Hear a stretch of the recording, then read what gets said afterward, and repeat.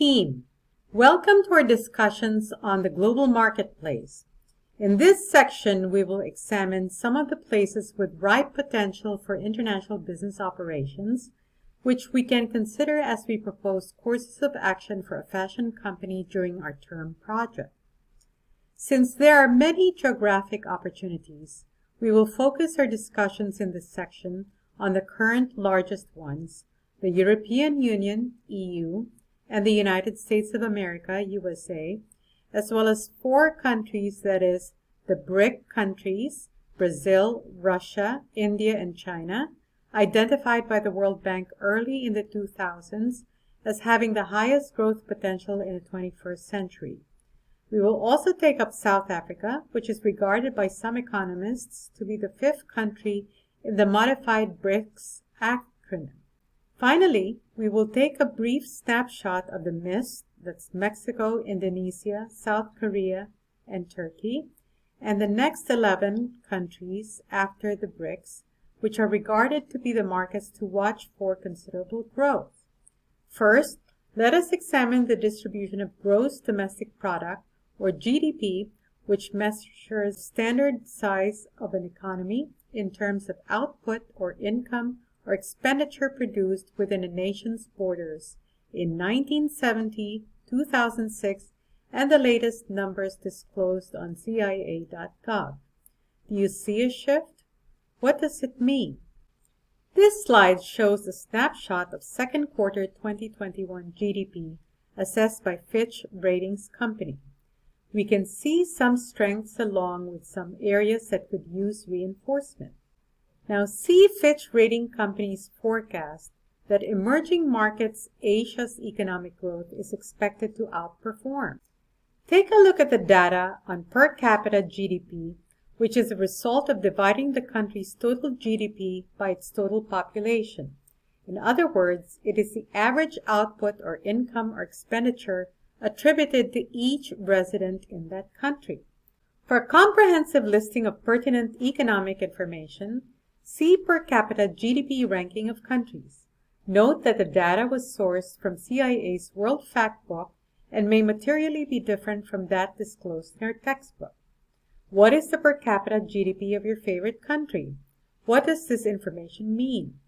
How might we use it in our project when we advise a fashion company to implement proposed action plans to achieve its mission? The United States of America, or USA, is the world's 3rd largest economy, the 19th largest in terms of per capita income, and the 3rd largest in terms of population. See salient points on the country in this slide. What else might be a material recent development in the USA?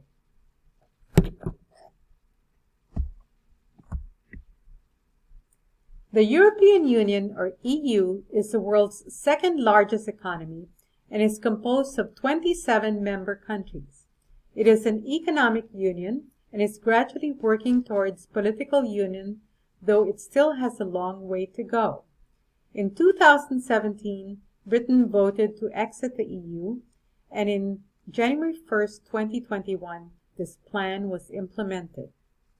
There has been significant global attention to China because of its impressive growth rate. Yet, it is difficult to ascertain whether the numbers reported truly represent its economy. What seems to be emerging, though, is the rise of the Chinese as major consumers and the anticipation that consumption could become as important, if not more, than China's export engine. While realization of this expectation remains to be seen, there is clearly an increase in the purchasing power of the Chinese. According to Statista.com, there are an estimated record 1,058 Chinese billionaires, more than USA's 664, and up from 23 in 2009 and none in 2003. If your schedule allows, see in Mini Lecture D1, Part 3, our professor's article on Fashion, Beauty, and Status, a year on the front lines of China's luxury and apparel markets, published in the Focus on Fashion Retail magazine's December 2011 issue. A newspaper anecdote once indicated that When a Chinese elite was looking to purchase a BMW, this person asked for the most expensive model. With respect to fashion, brands are racing to click with the Chinese, while new local competition is emerging.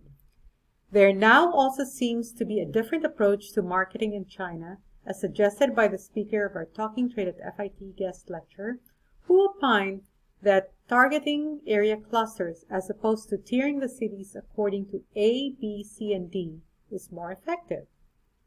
You will also find information in the same mini lecture that China is forging trade agreements with the European Union and ASEAN countries. In addition, the country is seeking to reorient the world economy from the West to Asia, with it in the center as the country seeks to rebuild the Silk Road physically and digitally against the backdrop of the 21st century. China has positioned the yuan as a world reserve currency by acceptance in the International Monetary Fund's special drawing rights. Anecdotally, in my own travels to Eastern Europe and Asia, I noticed significantly less emphasis on the U.S. as the anchor for the world economy. The U.S. executive branch has recently challenged China's trade barriers by imposing tariffs on certain goods, some of which are expected to continue under the new administration. The mini lecture has more information about possible effects of this policy on American states. Fitch anticipates that China-West relations will remain tense over the next decade due to the ideological differences in human rights, democratic values, and rising Chinese nationalism, rising industrial competition, China's growing military might, and China's economic ascent. While much fanfare has been made about China, companies are looking for alternatives, and following India's re-election of its reformist government officials, there is significant interest in India. Luxury goods and other fashion companies, such as Jimmy Choo, Gucci, Dior, Fendi, Armani, Dolce & Gabbana, Cartier, Versace, Hugo Boss, Escada, Paul Smith, Piguet, Chopard, Tod's, Louis Vuitton, Moschino, Zara, Izod, Nina Ricci, Carolina Herrera, Hermenegildo Zegna, and Tom Ford are already there because India is considered a viable market for such goods. According to the Economic Times, increased product knowledge and brand awareness are translating into greater consumer confidence, an important catalyst for luxury consumption in a fast emerging market. Luxury brands are now following the Indian consumer, expanding their sales operations not only in Delhi and Mumbai, but also to smaller cities. Luxury boutiques, which were confined to the secure but often inaccessible surroundings of exclusive hotels, have been thrown open. Mini Lecture D2 Part 3 has an article indicating that consumers from India, along with China, are expected to become the most important in the world. India has been compared favorably to China, as demonstrated by a compelling article in the mini lecture, suggesting that the MNCs focus on the consumer market in India rather than that of China because it has a more developed rural consumer market.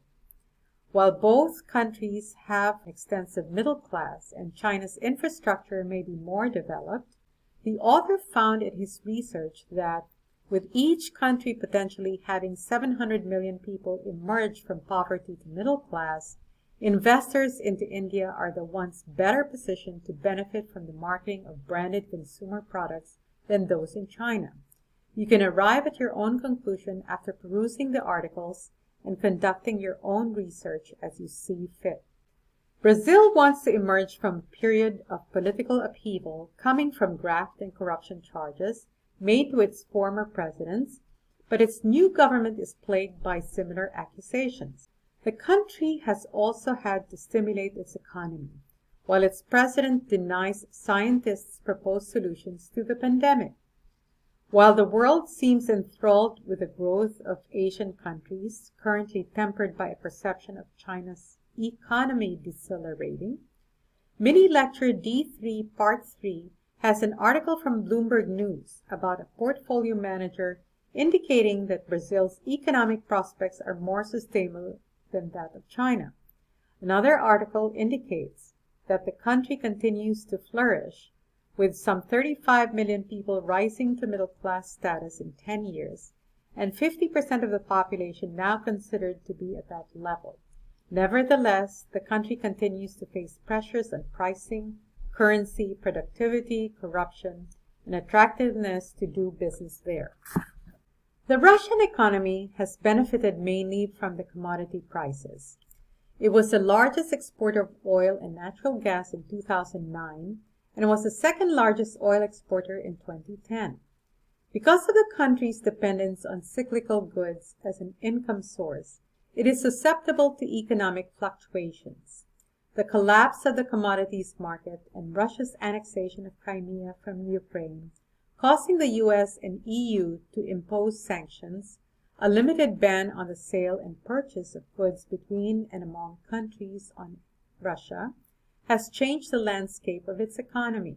Nevertheless, Russia and Germany have agreed to build a pipeline to bypass energy delivery through Ukraine.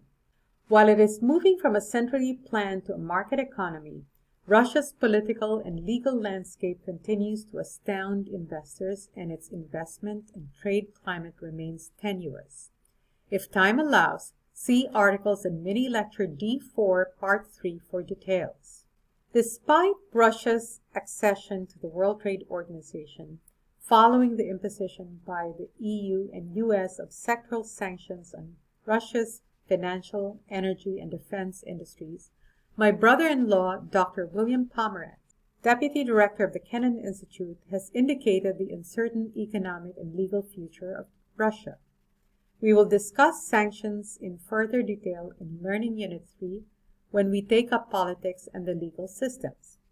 Nevertheless, luxury brands like Chanel, Giorgio Armani, Dior, Dolce & Gabbana, Versace, Zaitsev, Yudashkin abound in Russia.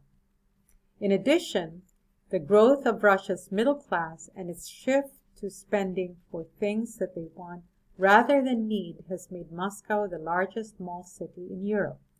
Yet all this is on hold as Russia grapples with the effects of sanctions imposed by the US and leading European countries, and as the US authorities concluded that it interfered with US elections. As Southeast Asia's largest economy, Indonesia has emerged from its doldrums when it had been an OPEC member that needed to import oil. It was badly hit by the tsunami of 2006, and its financial system was fragile. It was among the countries that the Obama team, composed of senior government officials, trade associations, and multinational company executives, visited as a potential for doing business together. Yet, reform, infrastructure, as well as improvements in health services and education are needed to transform the country into an economic leader in the Asian region. If time permits, see articles in Mini Lecture D5 Part 3 on Indonesia's economic reboot, transformation, infrastructure plans, and positioning as an attractive destination for manufacturing diversity through its partnership with Hong Kong. South Africa is the second largest economy in Africa, anchoring the successful South African Customs Union and showcasing that this natural resource-rich continent can flourish. Economists are increasingly recognizing it as an emerging market that is likely to equal the growth rates of the BRIC countries going forward. Yet its growth has stalled in recent years. If you have time, see fascinating articles in Mini Lecture D6 Part 3, highlighting how much work needs to be done to keep its economy going. See the missed and next 11 countries in the slide as potential fashion markets. If your schedule allows, you will find related articles as well in Mini Lecture 7 Part 3.